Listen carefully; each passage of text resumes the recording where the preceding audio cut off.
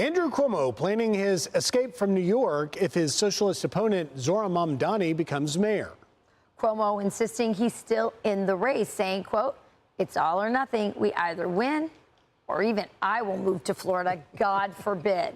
Vivek Ramaswamy is running as Republican for governor of Ohio, and he joins us now. So great to see you.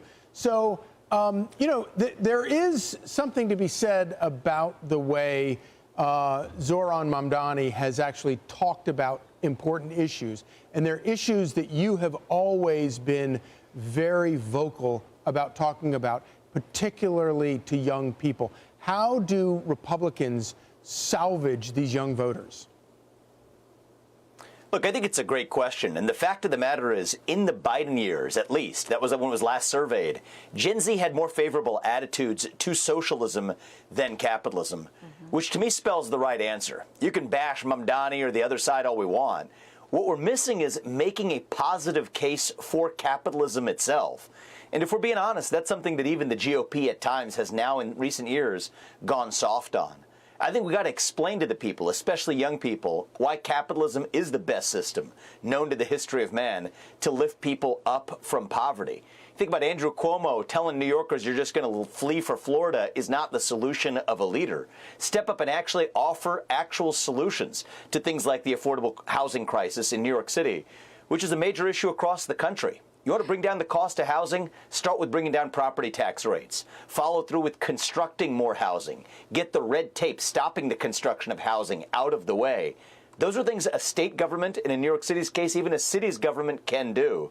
That's what we're going to be doing in the state of Ohio. And I hope that in the Midwest, in the heart of the country, the state where I was born and raised, we're able to provide those positive alternatives, because I think in the long run, that's what's going to be required for conservatives and Republicans to make our case, rather than just really in a soft, superficial way, just bashing the other side. That's what's missing, and I hope that's what we're able to bring. I'm going to do my part in my home state. You know, I couldn't agree more. I do think we need to make a better case for capitalism. I think also, Vivek, you and I both probably agree that our schools have been indoctrinating our kids, especially here in New York City. You can imagine what kind of messages they're getting about socialism versus capitalism.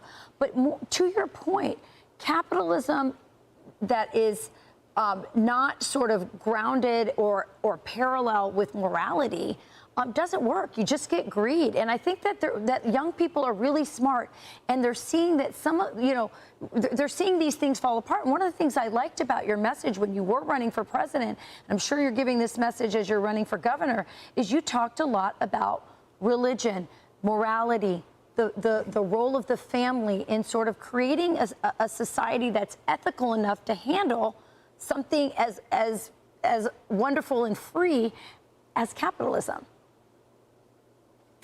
And these are the conversations we ought to be having, because I often say this, Rachel, is virtue is a precondition for capitalism to work. If our wants match our needs, then capitalism is the best system that you could imagine.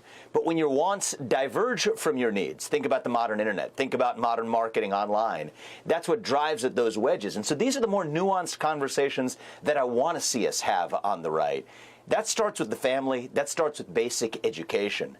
But if young people are cultivated to fill that vacuum of purpose and meaning with the real thing, faith, family, patriotism, hard work, that then creates the conditions for a generation of citizens who are so inculcated with the right values and virtue that then capitalism works to be able to actually lift people up. And instead of then bashing billionaires, the real question is, how can we ensure that all young people are able to enjoy the most important things that billionaires do?